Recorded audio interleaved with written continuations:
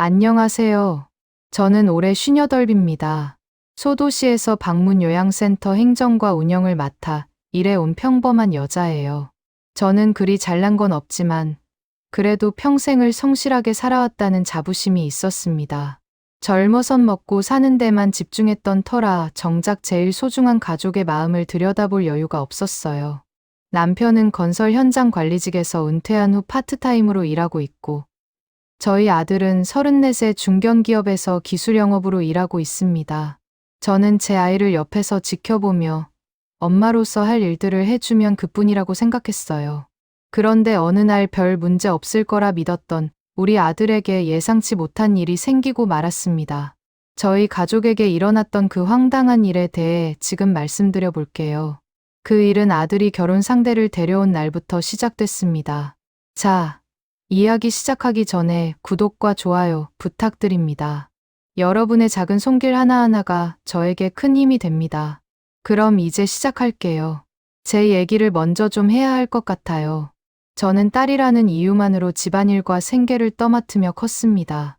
오빠 둘이 있었는데 오빠들은 공부만 하면 됐어요. 저는 학교 갔다 오면 설거지하고 빨래하고 저녁 준비하고 어머니는 늘 말씀하셨죠. 딸은 시집 가면 그만이니까 공부는 오빠들이나 해라. 그 말을 들을 때마다 가슴 한쪽이 무너지는 느낌이었어요. 왜 나는 안 되는 걸까? 나도 공부하고 싶은데. 하지만 어린 나이에 뭘 할 수 있었겠어요. 그냥 시키는 대로 했죠. 고등학교 졸업하고 저는 바로 취직했어요. 사무실 막내로 들어가서 잔심부름부터 시작했죠. 월급 받으면 집에 생활비 넣고 제 용돈은 조금만 챙겼어요. 그렇게 몇 년을 살다가 깨달았습니다. 버는 사람이 말한다는 걸, 돈이 있어야 선택할 수 있다는 걸. 그래서 저는 악착같이 일했어요. 낮에는 사무실에서 일하고 저녁에는 학원 다니며 자격증 땄죠.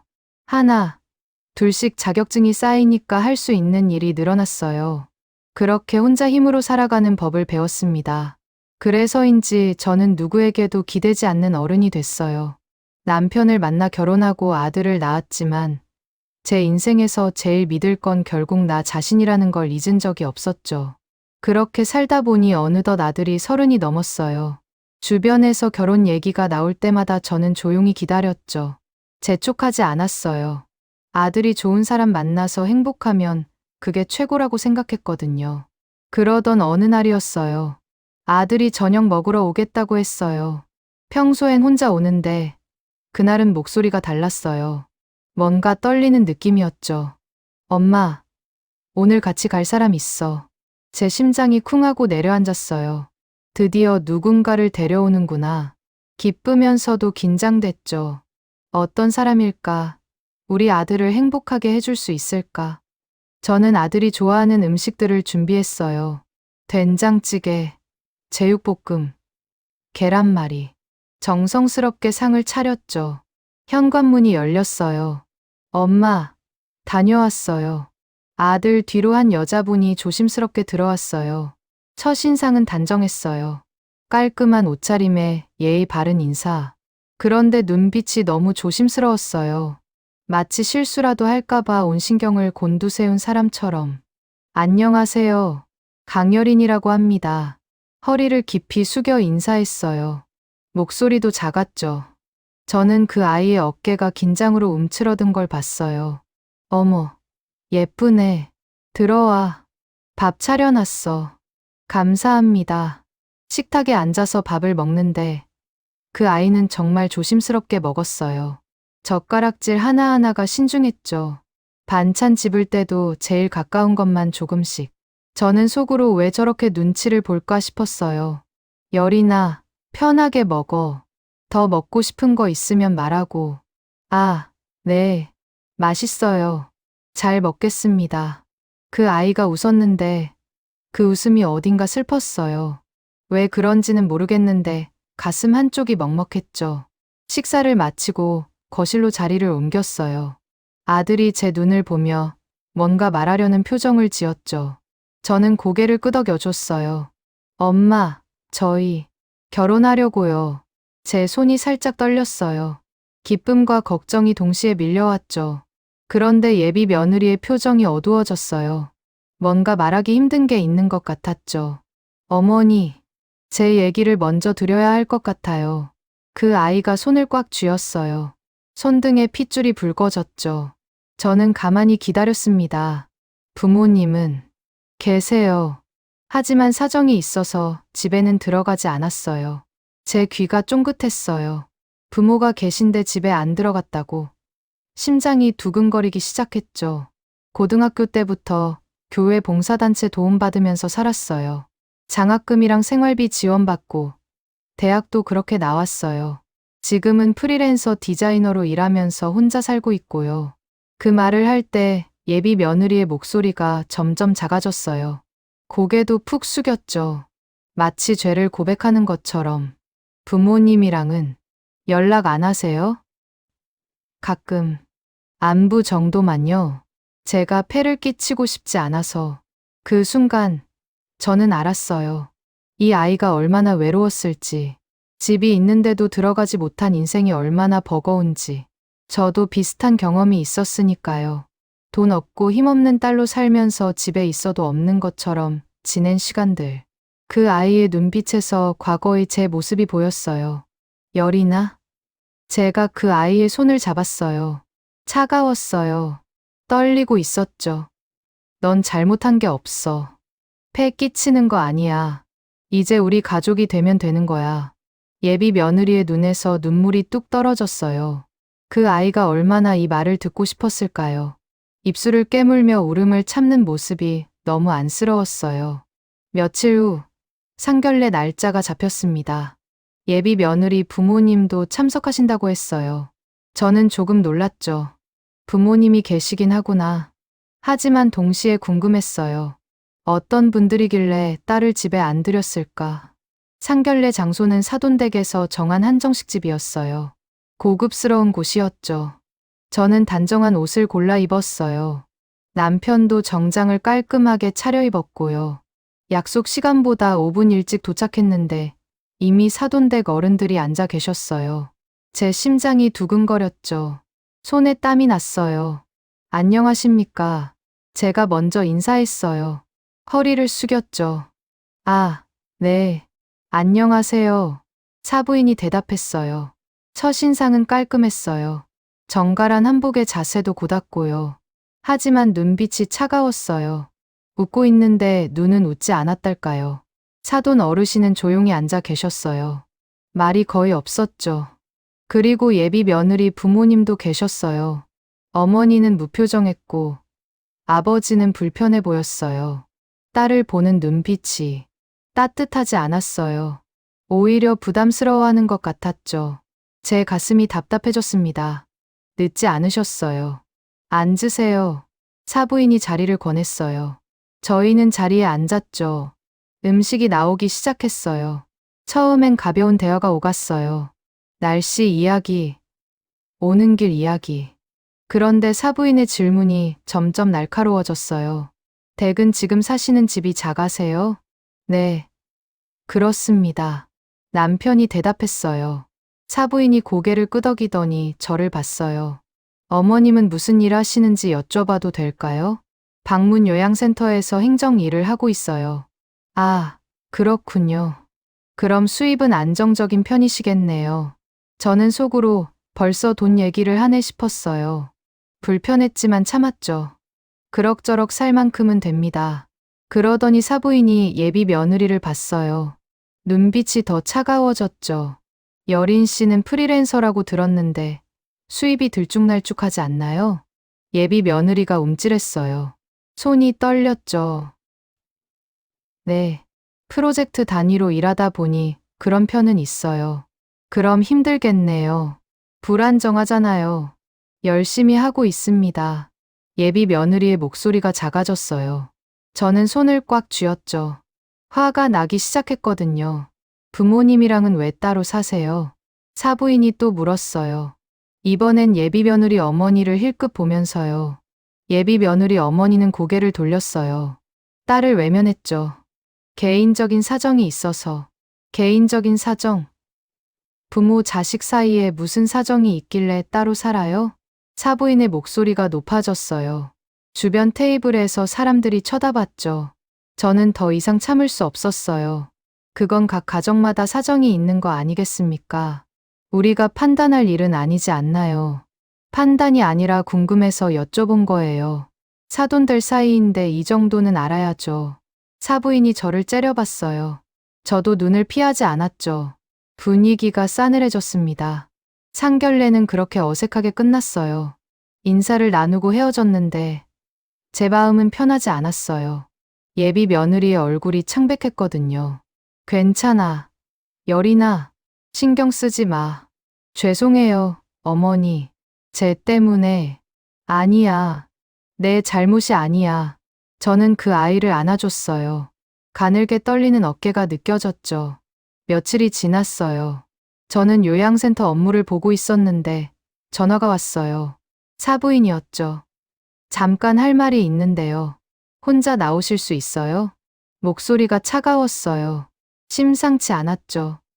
무슨 일이신지 직접 만나서 얘기하는 게 좋을 것 같아서요. 여자들끼리요. 저는 가슴이 철렁했어요. 좋은 얘기는 아닐 것 같았거든요. 하지만 피할 순 없었죠. 알겠습니다. 언제, 어디서 볼까요? 오늘 오후 3시, 시내 카페로 오세요. 전화가 끊겼어요. 저는 핸드폰을 내려놓고 한숨을 쉬었죠. 뭔가 안 좋은 일이 생길 것 같다. 예감이 틀린 적이 없었어요. 약속 시간이 됐어요. 저는 카페로 갔어요. 사부인은 이미 와 있었죠. 창가 자리에 앉아서 커피를 마시고 있었어요. 저를 보더니 손짓했습니다. 왔네요. 앉으세요.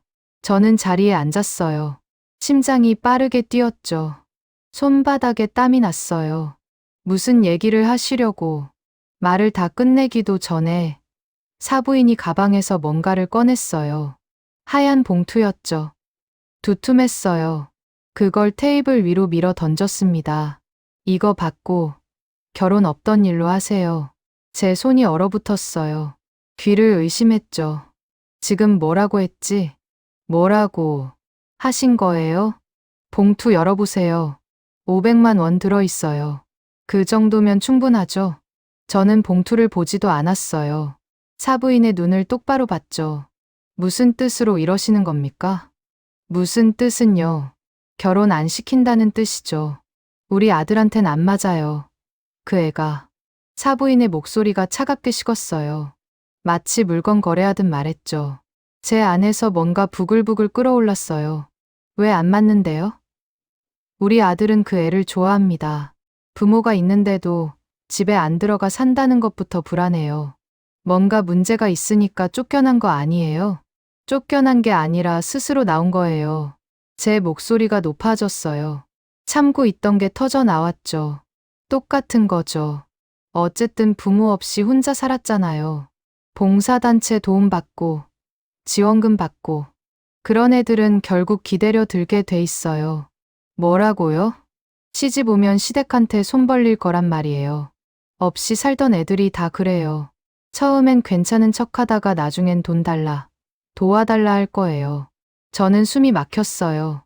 이게 사람이 할 말인가 싶었죠. 주먹을 꽉 쥐었어요. 손톱이 손바닥에 파고들었지만 아픈 줄도 몰랐어요. 당신은 사람을 뭘로 보는 겁니까? 현실을 보는 거죠. 집안 배경 없고 부모 도움 없이 사내가 우리 아들 만나서 뭘 바라겠어요. 당연히 의지하려고 하겠죠. 사부인은 태연하게 말했어요. 죄책감도 없어 보였죠. 저는 이 사람이 진짜 무서웠어요. 사람을 이렇게 차갑게 재단할 수 있다는 게.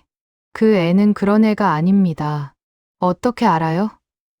겨우 몇 번 만나보고? 안다니까요. 그 애가 얼마나 조심스럽게 사는지, 얼마나 패 끼치지 않으려고 애쓰는지 봤어요. 그게 다 연기일 수도 있죠. 처음엔 다들 그래요. 저는 더 이상 말이 안 통한다는 걸 깨달았어요. 이 사람은 이미 마음을 정했어요. 예비 며느리를 사람으로 보는 게 아니라 조건으로 보고 있었죠. 돈은 필요 없습니다. 결혼은 우리 아이들이 결정할 일입니다. 제가 자리에서 일어났어요. 사부인이 차가운 목소리로 말했죠. 후회하실 거예요. 나중에 그 애가 본색 드러내면 그때 가서 후회해봤자 소용없어요. 저는 대답하지 않고 카페를 나왔어요. 밖에 나오니 숨이 턱 막혔어요. 다리에 힘이 풀렸죠. 벤치에 앉아서 한참을 있었어요. 집에 돌아와서 남편에게 말했어요. 남편의 얼굴이 굳었죠. 그게 무슨 소리야. 나도 믿기지 않아. 하지만 정말이야. 우리 어떻게 할 거야? 모르겠어. 일단 아들한테 말해야 할 것 같은데. 그날 저녁, 아들이 집에 왔어요. 표정이 어두웠어요. 엄마, 사부인이 여린이 만났대요. 제 심장이 덜컥 내려앉았어요. 뭐라고 했는데? 여린이한테 결혼하면 시댁 말 잘 들어야 한다고. 혼자 살아온 사람은 가족이 뭔지 모르니까 배워야 한다고. 아들의 목소리가 떨렸어요. 화가 나 있었죠. 여린이는 뭐래? 울면서 제가 참을게요. 제가 잘할게요. 그랬대요. 저는 눈물이 날 것 같았어요. 그 아이가 또 자기를 낮추고 있었어요. 패 끼치면 안 된다고, 문제 일으키면 안 된다고 생각하면서. 엄마, 저 어떻게 해야 돼요? 일단 여린이 만나봐. 엄마도 같이 갈게. 다음 날, 저희는 예비 며느리를 만났어요. 그 아이는 눈이 퉁퉁 부어 있었어요. 며칠 동안 울었나 봐요. 어머니, 여린아, 괜찮아? 네, 괜찮아요. 저 잘할 수 있어요. 사부인 말씀 잘 들으면 되잖아요. 저는 그 아이의 손을 잡았어요. 아니야, 넌 잘못한 게 없어. 누구 말 들을 필요 없어. 하지만 제가 문제를 일으키면 문제를 일으키는 건 저 사람이야. 내가 아니라. 예비 며느리가 고개를 들었어요. 눈물이 그렁그렁했죠. 하지만 오빠 때문에 오빠 힘들어질까봐 나는 괜찮아. 여린아, 나는 내가 힘든 게 제일 싫어. 아들이 예비 며느리의 어깨를 안았어요. 둘이 한참 울었죠. 저도 눈물이 났어요. 며칠 후 사부인에게서 또 연락이 왔어요. 이번엔 문자였죠. 결혼하려면 조건이 있습니다. 생활비랑 수입 관리는 시댁에서 맡겠습니다. 프리랜서는 불안정하니까요. 그리고 집도 우리 쪽 근처로 구하세요. 며느리는 가까이 있어야 합니다. 저는 그 문자를 보고 확신했어요. 이 사람의 목적은 결혼이 아니었어요. 통제였죠. 예비 며느리를 지배하려는 거였어요. 집안 배경 없고 부모 도움 없는 아이니까 쉽게 흔들 수 있다고 본 거예요. 저는 더 이상 참지 않기로 했어요. 설득도 하지 않을 거예요. 이제는 행동할 때였죠. 남편에게 말했어요. 여보, 우리 증거 모아야 해. 무슨 증거? 사부인이 한 말. 문자. 다 모아야 해. 나중을 위해서. 남편이 고개를 끄덕였어요. 저희는 사부인이 보낸 문자들을 캡처했어요. 통화 내용도 녹음했죠. 만약을 대비해서 준비했습니다. 그리고 아들에게 말했어요. 내가 결정해야 해. 엄마는 널 지지할게. 어떤 선택을 하든. 저는 여린이랑 결혼하고 싶어요. 하지만 사부인 문제는 엄마가 해결할게. 넌 여린이만 챙겨. 아들이 고개를 끄덕였어요. 눈빛이 단단해졌죠. 며칠 후, 저는 사부인을 다시 만났어요. 이번엔 제가 먼저 연락했죠. 할 말이 있어서 연락했습니다. 그래요. 뭔데요? 직접 만나서 이야기하죠. 같은 카페에서 만났어요. 사부인은 여유로운 표정이었어요. 이미 이겼다고 생각하는 것 같았죠. 결정하셨어요? 네, 결정했습니다. 현명한 선택이네요. 그럼 결혼합니다. 사부인의 표정이 굳었어요. 뭐라고요? 우리 아이들 결혼합니다. 당신 허락 필요 없어요. 지금 뭐 하는 거예요? 내가 분명히 말했잖아요. 저도 분명히 말씀드립니다. 당신이 한 말들, 문자들 다 증거로 남겨뒀어요. 만약 계속 우리 아이들 괴롭히면 법적 조치 취하겠습니다. 사부인의 얼굴이 하얗게 질렸어요. 법적 조치. 무슨 명예훼손, 협박. 충분히 성립돼요. 변호사 상담도 받았어요. 당신, 지금, 그리고 한 가지 더. 당신 아들한테 말할 거예요. 당신이 돈 던지면서 결혼 막으려 했다고. 예비 며느리를 어떻게 대했는지도요. 사부인이 벌떡 일어났어요. 손이 떨리고 있었죠. 감히 아니에요. 당연한 거예요. 우리 아이들 지키는 거예요. 저도 자리에서 일어났어요. 사부인을 똑바로 봤죠. 앞으로 우리 아이들한테 연락하지 마세요. 만나지도 마시고요. 결혼식에도 오지 마세요. 뭐, 결혼식에 시어머니가 안 와? 네, 안 와도 됩니다. 당신 같은 사람은 필요 없으니까요. 저는 그렇게 말하고 카페를 나왔어요. 뒤에서 사부인이 뭐라고 소리치는 게 들렸지만 돌아보지 않았어요. 집에 돌아와서 아들에게 말했어요. 사부인하고 관계 끊을 거야. 내가 힘들 수도 있는데. 괜찮아요. 엄마, 저도 각오했어요. 여린이가 더 중요해요. 아들의 목소리가 단단했어요. 저는 아들을 안아줬죠. 그 후로 사부인은 몇 번 더 연락을 시도했어요. 하지만 저희는 받지 않았죠. 사돈 어르신도 한 번 전화했는데 저는 정중하게 말씀드렸어요. 죄송하지만 사부인과는 관계를 정리하기로 했습니다. 더 이상 연락하지 말아주세요. 사돈 어르신은 한숨을 쉬더니 전화를 끊었어요. 아들과 예비 며느리는 조촐하게 결혼식을 올렸어요. 친한 친구들과 저희 가족만 모였죠. 작지만 따뜻한 시기였어요. 예비 며느리가 웨딩드레스를 입고 나왔을 때 저는 눈물이 났어요. 그 아이가 웃고 있었거든요. 진짜 행복한 웃음이었어요. 어머니, 감사해요. 저를 지켜주셔서. 아니야. 내가 혼자 잘 버텨온 거야. 아니에요. 어머니 아니었으면 전 무너졌을 거예요. 그 아이가 저를 안았어요. 저도 그 아이를 꽉 안아줬죠. 결혼식이 끝나고 신혼집으로 가는 아들과 며느리를 배웅했어요. 둘이 손잡고 웃으며 걸어가는 모습이 보였죠. 저는 남편에게 말했어요. 잘했지? 응, 잘했어. 여린이, 이제 진짜 우리 딸이야. 그래, 우리 딸이지. 저희는 손을 잡고 집으로 돌아왔어요. 마음이 편했어요. 옳은 일을 했다는 확신이 들었거든요. 며칠 후, 며느리에게서 전화가 왔어요.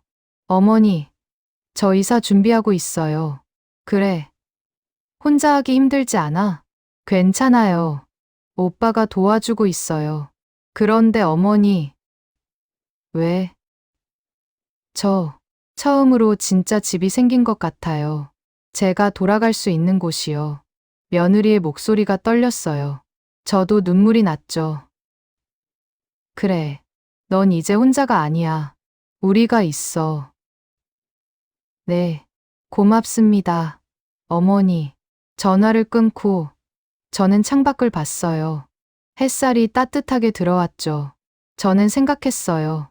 가족이란 피로 이어지는 게 아니라 서로를 지키는 마음으로 만들어지는 거라고. 그리고 깨달았습니다. 제가 어릴 적 받지 못했던 보호를 이제 제가 누군가에게 줄 수 있다는 걸. 그게 얼마나 소중한 일인지를. 며느리는 이제 잘 지내고 있어요. 가끔 집에 놀러 와서 밥도 먹고 이야기도 나누죠. 그 아이의 얼굴에서 긴장이 풀렸어요. 이제는 편안하게 웃어요. 진짜 웃음이요. 그리고 며느리 부모님도 조금씩 변하고 있어요. 며느리에게 연락하기 시작했거든요. 늦었지만 그래도 시작은 했어요. 저는 며느리에게 말했죠. 내가 결정해. 엄마는 내 편이야. 네, 천천히 해볼게요. 그렇게 저희 가족은 조금씩 자리를 잡아가고 있어요. 완벽하진 않지만 서로를 지키며 살아가고 있죠. 사부인은 그 후로 연락이 없어요. 어쩌면 자기 잘못을 깨달았을 수도 있고, 아니면 그냥 포기했을 수도 있죠. 어느 쪽이든 상관없어요. 중요한 건 우리 가족이 행복하다는 거니까요.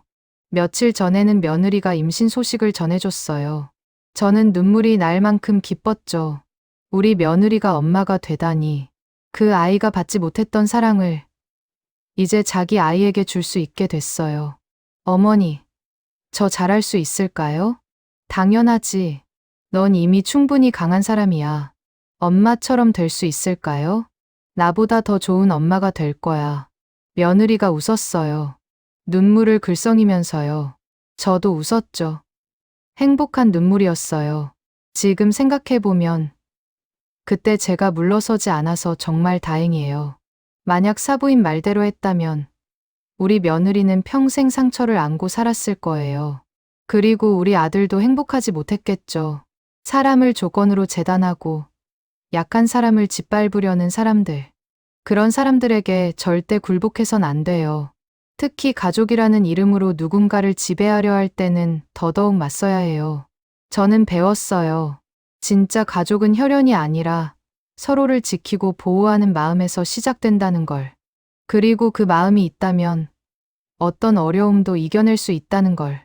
여러분, 이 이야기가 도움이 되셨나요? 혹시 비슷한 상황에 계신 분이 있다면 절대 혼자 견디지 마세요. 당신은 소중한 사람이고 지켜질 가치가 있어요. 구독과 좋아요, 알림 설정 부탁드립니다. 여러분의 사연도 언제든 보내주세요. 함께 나누고 함께 이겨냅시다. 다음 사연에서 또 만나요.